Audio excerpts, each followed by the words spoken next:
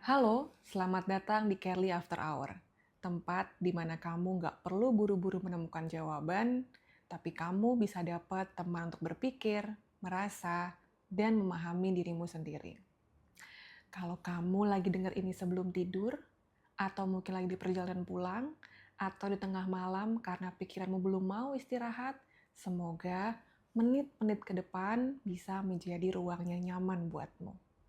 Hari ini kita akan ngobrol tentang satu hal yang hampir semua orang pernah alami, tentang relasi. Bukan cuma hubungan dengan pasangan, tapi juga dengan sahabat, keluarga, rekan kerja, bahkan hubungan dengan diri sendiri. Karena pada akhirnya hidup kita memang dipenuhi oleh hubungan. Ada satu pertanyaan yang sering muncul di ruang konseling. Kenapa ya aku selalu ketemu dengan orang yang salah? Tapi seringkali jawaban yang kita cari bukan tentang orang yang salah, melainkan tentang pola yang terus berulang, tapi kita mungkin nggak sadar.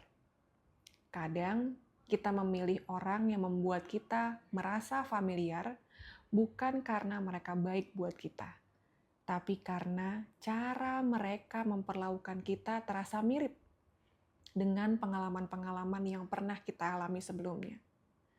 Kalau sejak kecil kita terbiasa harus berjuang untuk mendapat perhatian, kadang tanpa sadar kita tertarik pada orang yang susah justru ngasih perhatian.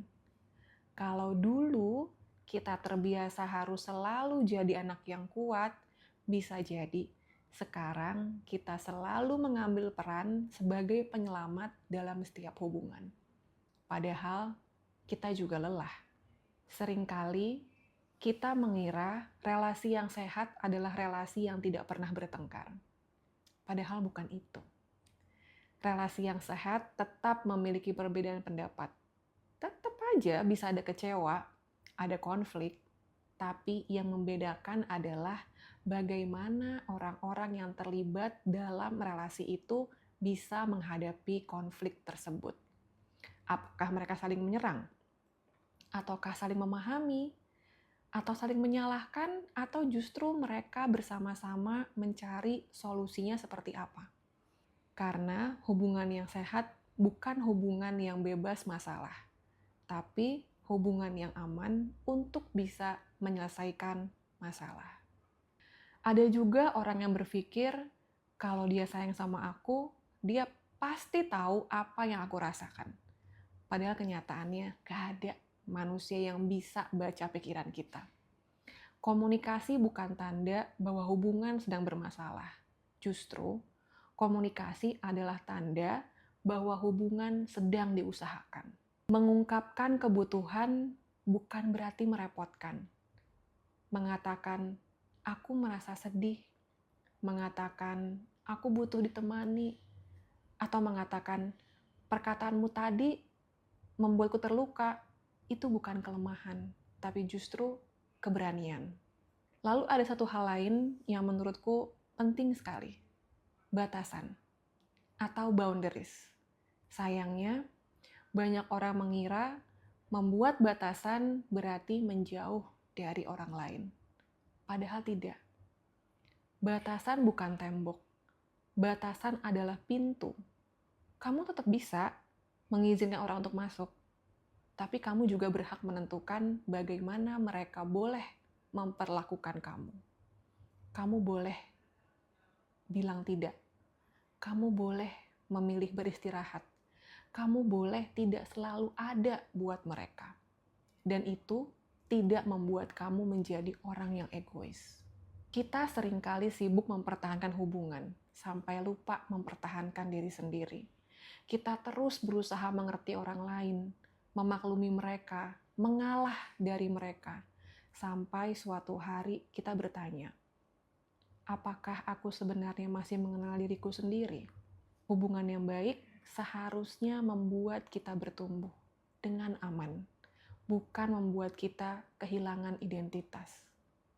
Dan kalau hari ini kamu sedang berada di hubungan yang membuatmu banyak bertanya, coba tanya beberapa hal ini kepada dirimu sendiri. Apakah aku merasa aman menjadi diriku sendiri? Apakah aku bisa jujur tanpa takut dihakimi? Apakah aku lebih sering merasa tenang atau justru merasa cemas? Apakah hubungan ini membantuku berkembang atau justru menguras energiku, energi mentalku?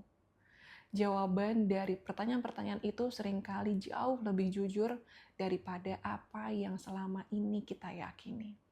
Terakhir, aku ingin sekali mengingatkan satu hal. Kita sering nyari orang yang tepat, tapi lupa menjadi orang yang sehat secara emosional. Relasi yang sehat bukan hanya tentang menemukan pasangan yang baik, menemukan teman yang baik, atau menjadi anak yang baik, melainkan juga tentang belajar hadir sebagai pribadi yang mampu mendengarkan, menghargai, berkomunikasi, meminta maaf ketika salah, dan memperbaiki ketika menyakiti.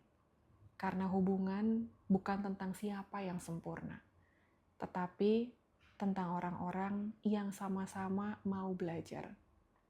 Belajar memahami, bertumbuh, dan belajar mencintai tanpa kehilangan dirinya sendiri.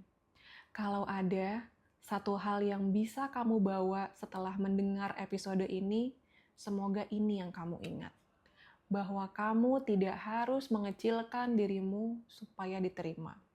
Kamu tidak harus terus-terusan mengorbankan dirimu supaya dicintai. Dan kamu juga tidak harus bertahan di hubungan yang membuatmu kehilangan dirimu sendiri. Karena hubungan yang sehat seharusnya menjadi tempat pulang yang aman. Bukan tempat yang membuatmu terus bertanya apakah kamu cukup berharga. Terima kasih sudah mendengarkan Carly After Hour malam ini. Kalau episode ini terasa relate dengan apa yang sedang kamu alami, mungkin kamu bisa membagikannya kepada orang yang juga sedang belajar memahami relasinya. Saya Sofia, psikolog dari Carly.id. Sampai bertemu di episode berikutnya. Selamat istirahat ya. Dan jangan lupa, hubungan terpanjang yang akan kamu jalani seumur hidup adalah hubungan dengan dirimu sendiri. Jadi, rawatlah ia dengan baik ya.